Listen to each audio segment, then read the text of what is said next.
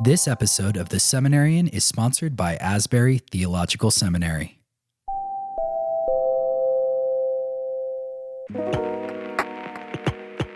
They know how to tell that story. They make you feel like my kids are going to grow up without a dad unless I buy the next Apple Watch. I got to buy this thing. Seminarian. Noun. A student in a theological seminary. Duh. Hey everyone, and welcome to The Seminarian, where we talk about seminary life, theology, and the things that form us as Christians. I'm Josh. And I'm Joe. And in today's episode, we're discussing a course that we got to take together called Gospel Catechesis. Yep, Gospel Catechesis. It was hilarious because when we first started this class, the professor even asked, does anyone know what the word catechesis means? If I just say catechesis... What? Yeah, exactly. It's like, what is the first thing that comes to mind? And some people were like, is that the tombs that, people were buried in ancient times, catacombs? Yeah. But some people actually had experience with, maybe going through a catechesis or a catechism. And so we're able to kind of enlighten Usually the rest of us. associated with the Catholic Church. Right. And their process of being instructed before baptism and stuff like that. Yeah, so this was, again, the class was called Gospel Catechesis, but we wanted to just kind of give a course review and explain some of the main key takeaways of the class and what we found interesting. But before we get started, maybe do you want to jump into what is catechesis, Joe? Yeah, catechesis, it comes from a Greek word, katecheo, which basically just means to instruct, or in the passive, to be instructed. Okay. Yeah. And what we kind of learned through the class is catechesis is used in a variety of ways, but mostly in church history, it was used in preparation for baptism. Right. There would be those that wanted to be inducted into the church proper called catechumen, and they would go through a series of classes and they'd learn theology, doctrine, key practices of the early Christian faith. And then sometimes they'd even have like a mentor or a sponsor. Sponsor is what they were called, yeah. And they would kind of sign off on these guys. They're ready to be baptized. So it was very different from today. So you have these rites of initiation in the church, baptism being the primary one, along with the Eucharist. Yeah. But the way they viewed it is that you didn't just start with that. You need to be prepared for that. You need to be trained and taught the basic teachings of the church and the faith before you could be initiated. Right.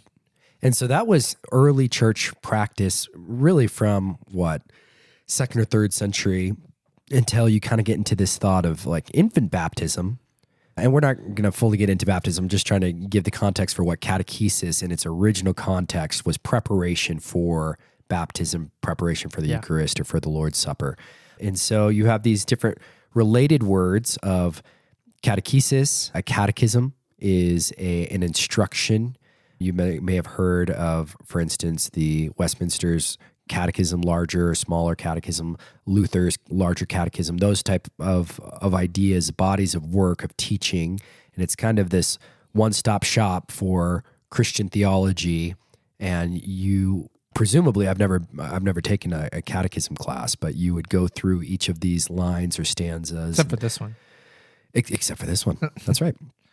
And then catechetical just means things that relate to the process of catechesis.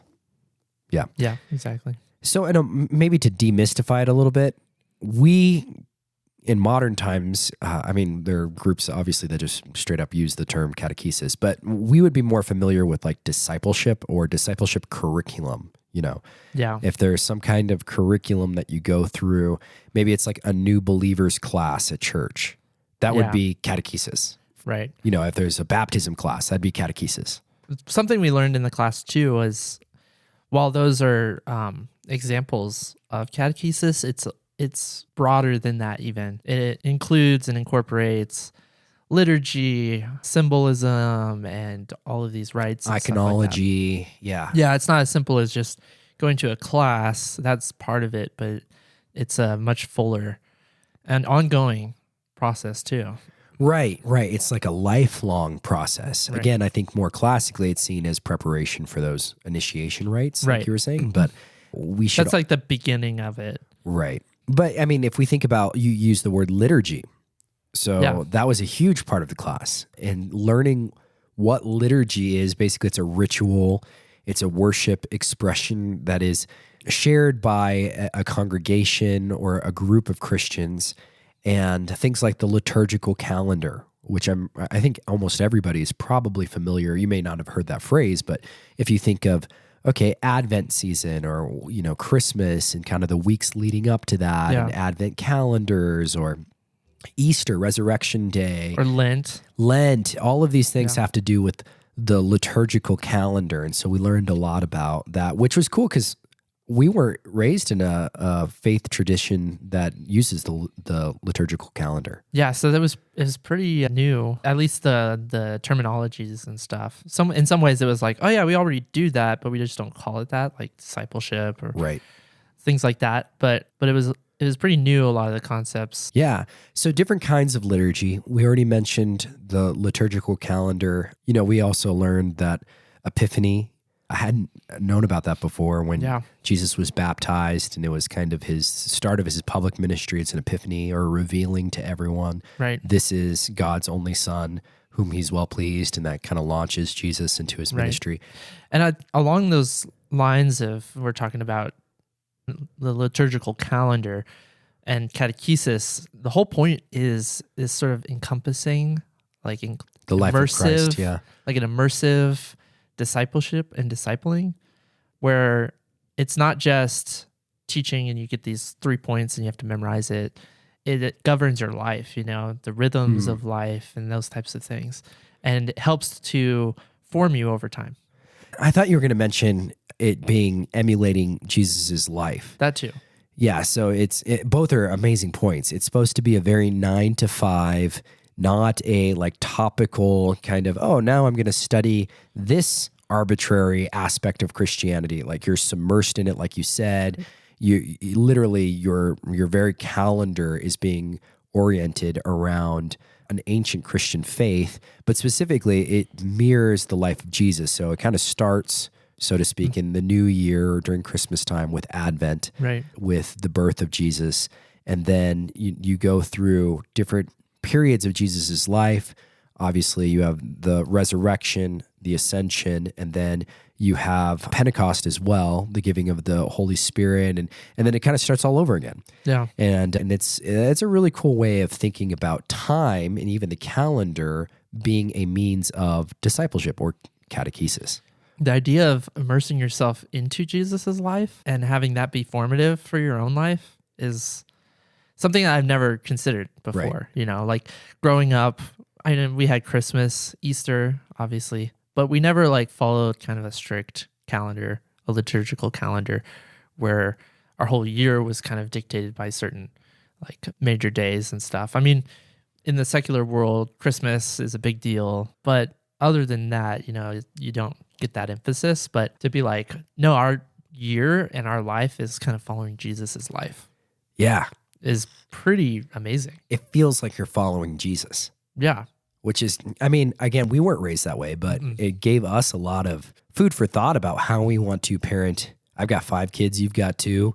Yeah. And just what would it be like if you were raised that way? Like it's tradition, it's just what during this time of my life, I really give thought to this aspect of Jesus's life. Yeah. I think it's also really powerful for raising kids, like you said. Even in our own family, this last Christmas, we really kind of focused on Advent. And we did kind of Advent liturgies every day, So cool. but we would light a candle, an Advent candle, Yeah. as a family. And then I would talk about how Jesus is the light of the world, coming into the world and coming into the darkness.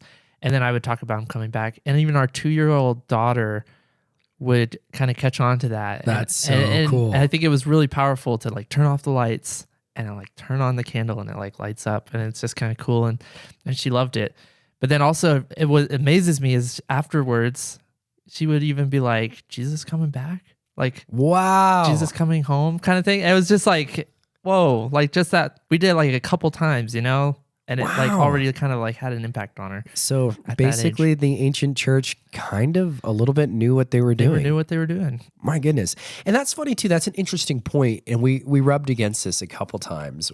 It's like, what is the reticence or the conflict, I guess, of modern churches? Obviously, there are a bunch that use liturgical practices, but a lot of them are like, no, we don't want to do that. That's antiquated, or it's legalistic, or it's, I don't know. There's a lot of reticence to embrace this kind of thing, even though it's been used for hundreds and hundreds of years. And anecdotally, your family found it very useful and enlightening. Yeah, literally enlightening. But I think, for a long time, our culture has been, especially in our context, which is, contemporary Christian, non-denominational, evangelical, non-denominational, don't really ascribe to any specific tradition. But I think, and I think I've heard this, that more recently, a lot of these congregations are starting to shift back towards some of those church traditions and liturgies and stuff like that, especially in the wake of a post-Christian world that we're living in now. Some people are wanting to steer back towards that. There's a renaissance of going down the ancient paths and bringing all of those very time-tested, valuable things back to our 2024. It's cool too, because again, at first, I don't know why I had a little bit of a chip on my shoulder, but I was kind of like, doesn't this kill authenticity? If sermons, every sermon every year on this day is going to be pretty much the same.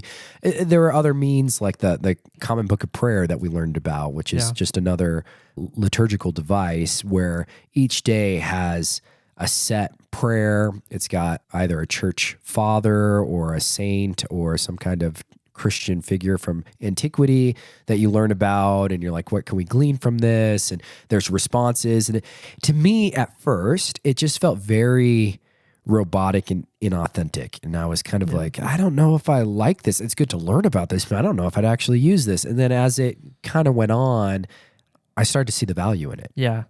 Well, it's interesting because I think we do see value in repetition in other areas of our life, doing things again and again. I knew what repetition meant. Yeah. Oh, man, yeah. Well, I feel like I have to explain things for you, but I'm just kidding. Just kidding. It's for my own good, and I totally lost my train of thought. So you were like, that we see value in doing things repetitiously. Oh, yeah. And then you said, and doing it again and again. I think we like new things, though. Yes, of course. In our culture, like we value new, the next thing, the newest, the latest, whatever. And oftentimes we view tradition negatively, like old things, old, dead, or whatever, Has nothing left to give us. Yeah, we don't feel that has value. But we like new things. So we'll do things like on our iPhone repetitiously, like religiously repetitiously. But it's new, and we think that's exciting. Well, we think it's new. We think that's it's new. That's an amazing also point. true. I think that leads us to kind of a next discussion. So this class, I know we're just kind of diving into what catechesis means, but this class, essentially the way it was structured was there was, I don't remember, 5 or 6 primary textbooks, and we would read those, write a paper about them, and have class discussion on them. The professor would give instruction and maybe some teaching on that, and then we'd move on to the next textbook. One of our first ones, was it our first one? No, it was our second textbook, was a book called You Are What You Love by James K.A. Smith. And he actually talks a lot about what you were just describing of the liturgy of how we use our cell phones. Yeah. That it's repetitive, it's almost ritualistic, it's almost a religious experience in terms of, I mean, you could literally look at what it does to like brain chemistry and just be like, oh, wow, something is happening here that is a very... It changes you. Almost sacred practice. It's very formative. Exactly. Yeah. And so let's talk a little bit about that book, You Are What You Love, because I think that was a fascinating concept I hadn't really given any thought to before. Right. So one of the premises of the book is the idea that we're not just brains on a stick, is how he put it. Right. We're not just thinking people. We don't just think and act based on what we think. but rather we're driven, our motivations and our actions are driven and formed by the things that we love. Yeah, so we're not thinking brains, we are desirous hearts. Right. Primarily. That we're not thinking rational machines, though that is a part of us. Right. That down in our nucleus, we are motivated by just the things that are around us that we end up wanting. So we're influenced by things around us that shapes us. It sells us on something. It gives us a picture of what he calls the good life, right? So there's some kind of convincing that takes place of this is how I get the good life. And then our hearts attach ourselves to that thing and we envision it. And then we don't even know it, but subliminally we are motivated by trying to get that thing. And our decisions are made out of that. Right. Yeah. And you can see it in the advertisement world. They have caught on to this. They really do know what they're doing. They know how to get you hooked on the next thing.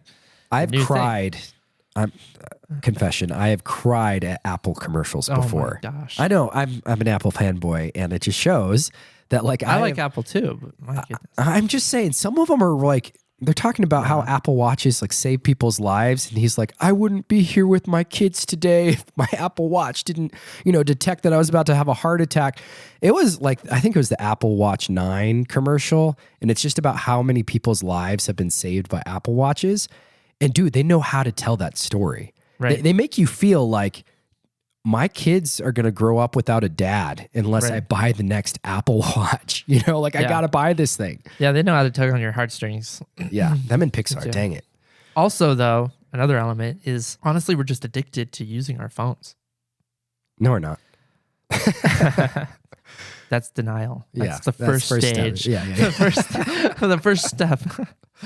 Totally, though. We're addicted to just opening up our phones. Like, I mean, how many times you just like look at your phone, and like you're not even thinking. Your finger finds its way to Facebook or Instagram or whatever. You're scrolling, and it was not an intentional, I want to look at Facebook now. Yeah. It was just, it happened. Yeah, you find yourself on whatever bunny trail or whatever, you're on YouTube, whatever. And it's just, you're like, how did I get here? How did I get to this point?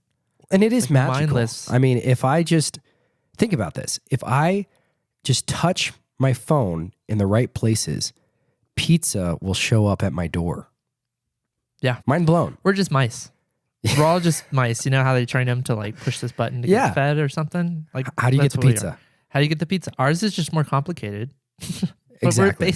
It's basically the same thing. But that's what James Smith talks about in this book is we are being trained to want certain things according to the culture. Obviously, it's all being driven by money. Right. He uses this term rival liturgies. Yeah.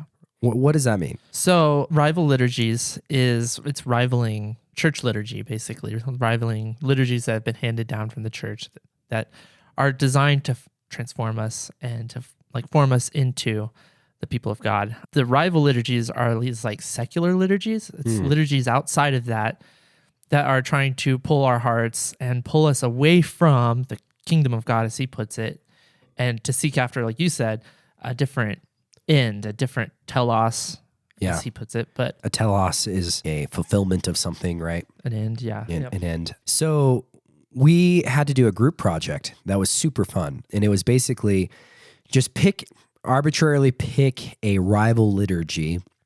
And I want you to parallel Christian worldview, Christian liturgy, this whole process of catechesis. What is the catechesis of something secular? And so we got into a little group. It was a hybrid course. So we had 3 days where we had classmates and the professor came to Colorado Springs and we chose football as our rival liturgy. And I mean, that's low hanging fruit because there are so many aspects that football just mirror religion, essentially. And so we just started making a list. How is football? It was too easy. Yeah, it was.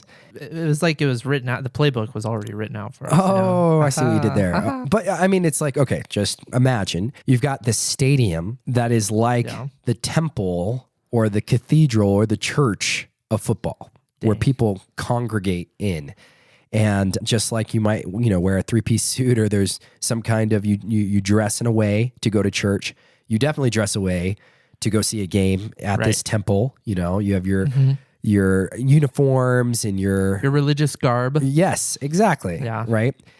Similar to how you have heroes of the faith or veneration of saints, you have great players and MVPs and Hall of Famers, legends. Yeah. We have doctrine in the church, and then we have commentary, from these very authorized professional, almost like clergy of football that kind of talk the language. They're like interpreting the rules, right? You have like the rule book. Yeah. They're interpreting the rules. So that, they're explaining and then there's to the differences in layman. interpretation. Yeah. It's just like... It's crazy. So you have obviously leadership, you have coaches, the quarterback, referees. You even have statues and icons. Yeah. Just like that's been used in the church for a long time to tell a story. You've got that. You go to a stadium, you're going to see all their great players from way back when, which is crazy. In the church, you might have hymns or worship songs or anthems, and you have theme songs and jingles, and ESPN has their little jingle, or Monday night. Like a lot of churches have like a call to worship kind of thing, where it's like, here, get your hearts ready, get ready to worship. And it's like right before a game on TV, they just put on like a clip and a song and stuff. And it's like, it gets you in your heart ready. I mean, I'm not a huge football fan, but like if you are, I'm sure that does something to you. Yeah. Like you're like, it's time. Like, come on, guys. It's hype time. Yeah, let's focus. Let's do this. Yeah, totally. Mm-hmm. Yeah.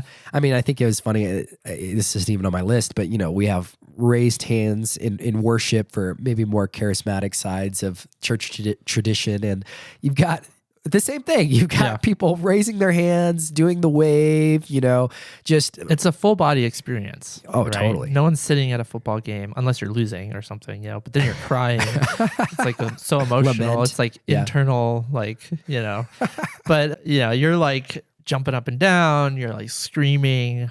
Like it's a full body You might experience, literally be painting your body, a letter, the colors or whatever. Yeah, it's crazy. I mean, there's even superstition in football, which kind of, obviously the church should not be superstitious, but in only a little eons past, the church was superstitious. And so there was things that you're supposed to do. I think it's interesting too, that the church has denominations, and there's some tribalism there. And in football, there's totally denominations. There's conferences, but then there's also the team tribalism. And it's just funny too, because it's like this idea of, maybe the church might say like, you're a heretic if you don't believe this thing. In football, it's like, if you're a Raiders fan, you are a heretic. Like there's certain teams that, like, I hate the Cowboys just personally, just because I was raised to. I mean, they're probably great guys. I don't know, but I've been trained tribally. Exactly. And then the opposite too. I work at Costco, and two people in line totally didn't know each other for sure, in different lines. And they were both wearing 49ers shirts. Oh yeah, of course. Yeah. And this one guy like made a beeline over and was like talking to him about the game that was happening that day. And it was just like, they're like, it's almost like they're buddies now, it's like the community that creates. It's like, if only we could get that in the church, like, right. You love Jesus? I love Jesus. No I know. way. You've read the book of Romans? Oh my gosh. I know, exactly. Yeah. That's so crazy how strong that community is. The culture it creates is just... Yeah, and it's funny too. There's a doctrine in theology called federal headship, where Jesus, first Adam represents mankind, and by his sin we're all made sinners. But then obviously Christ is our new federal head, and we are all forgiven and presented as righteous before God. And there's some federal headship in football as well. So my team. It's we won, Right. Yeah. And it represents not just the team that won, like my team won. That's awesome. It's like all of us. I'm a winner now before whoever, the football gods. I don't know. You didn't do anything. I didn't do anything. But you can totally brag about it. But it's like imputed righteousness. Yeah. It's like this idea of like, I am awesome because my team went to the Super Bowl. You know, it's just they that's take it so even crazy. a step further with like fantasy football and stuff because it's Oh my gosh. let's not even get into the fantasy football thing. That's a whole nother Yeah, that's I don't realm know. of- That's heaven. I don't know what that would be. another element too is we were talking about the liturgical calendar in the year and the rhythm of life. Well, football yeah. for sure creates a rhythm of life for people.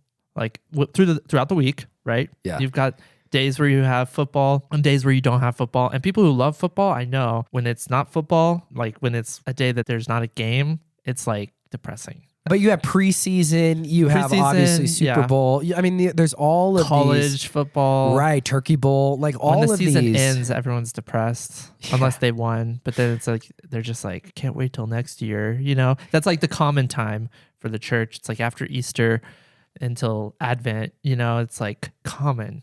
It's Time, so you know, weird. And it's just like And I mean, I'm not dogging on football inordinately. I'm just Right. using, there's a lot of these rival liturgies. right. And the point is that we actually want that, and we actually seek that and create that ourselves. Right.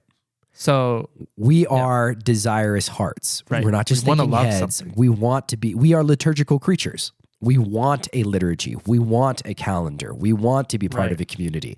And it's just using that as an example to show that instead of just being like liturgy, ew, you know, instead it should be, we're built that way, Right. kind of.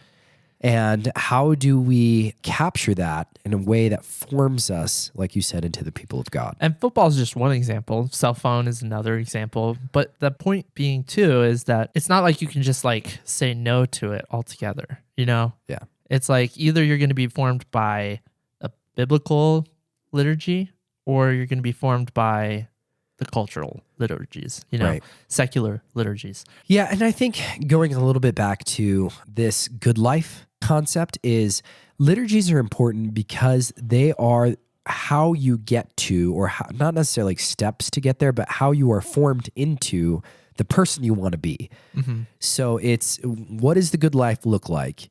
And then there's a story, there's a narration about, hey, to get there, you need to incorporate these things in your life. Right. So we were talking about Apple. You know, maybe the story of Apple is, hey, if you want to be the modern man, or you want to be Yeah. holistically integrated with both technology and your family, and just being able to have the free time and convenience to live the good life. Right. You want to be as productive as possible. Right. Yeah. So you can have time with your family, or you Right. want to capture this moment, this birthday party, or this time on the beach. Like they throw all of this, or you want to be fit, right? Like you want to be Yeah.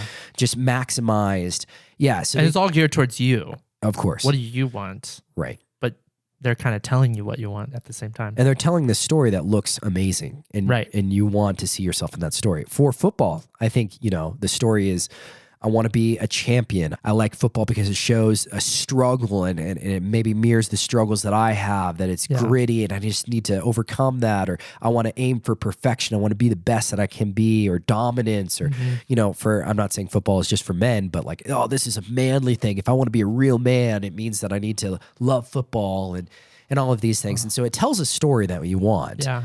And I think part of the problem with today is like, we need to get back to telling the story of what does it mean to be a follower of Jesus, Right. and then attaching, because that's what the problem, it feels detached, attaching liturgy to, you want that?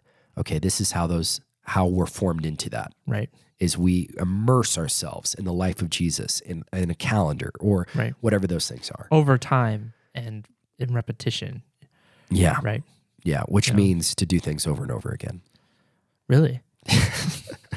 And so I thought this class was really fantastic. Yeah. We had a great professor named Chris Keisling, and he was just, I really appreciated, even though it was mostly online class, he was very involved. Yeah. And so he would comment on our discussions, and On every post. yeah. Yeah. You write a paper, he's going to give lots of feedback, and honestly make you feel like $1 million. He was just like, you're so smart, or that was so insightful, or whatever. And he did a great job of motivating you to keep wanting to be a part of class. I also enjoyed, I didn't think I'd like it as much as I did, the online discussion part. Yeah. Sometimes that seemed like, I just got to do this. Right. But I think because he was so involved, you knew what you were going to write, he was going to respond to. Yeah. rather than it just be like, oh, I'm just going to throw this out there and then it's like over. It was actually a discussion between classmates and the professor, which was cool. I liked most of the books. I know we didn't get into it and we're running out of time, but there was a couple of books that gave some of the best explanation to baptism, for instance, and the sacraments. Yeah. You know, in kind of the Protestant world, there's baptism and there's the Lord's Supper. In the Catholic world, I think there's seven. I think. Yeah, there's like confirmation, there's penance and reconciliation, anointing the sick, matrimony, which is marriage, and then holy orders. And so kind of getting into the history of those things was pretty fascinating. But baptism, for instance, there's a lot of debate, like infant baptism, I know I referenced, or is it their decision? Should a child, or, you know, do they need to go through a process of catechesis before they're baptized? And so there was some books that... How much catechesis needs to happen? Right. How much do they need to understand? Yeah. Do they experience it before they understand it? And that's part of the learning experience. Right. Because we come from a world where sometimes there'll be spontaneous baptisms on a Sunday where it's just like whoever raised their hand to accept Christ, come down and be baptized, you know, and there isn't any kind of training at all. Right. And so like how does that fit in? Yeah, that's kind of like the Ethiopian eunuch story a little bit, is kind of the defense for that, of just like, hey, what's to stop me getting baptized right now? But then we would do like a baptism class afterwards. And so it's the order, the sequence of that, what is best.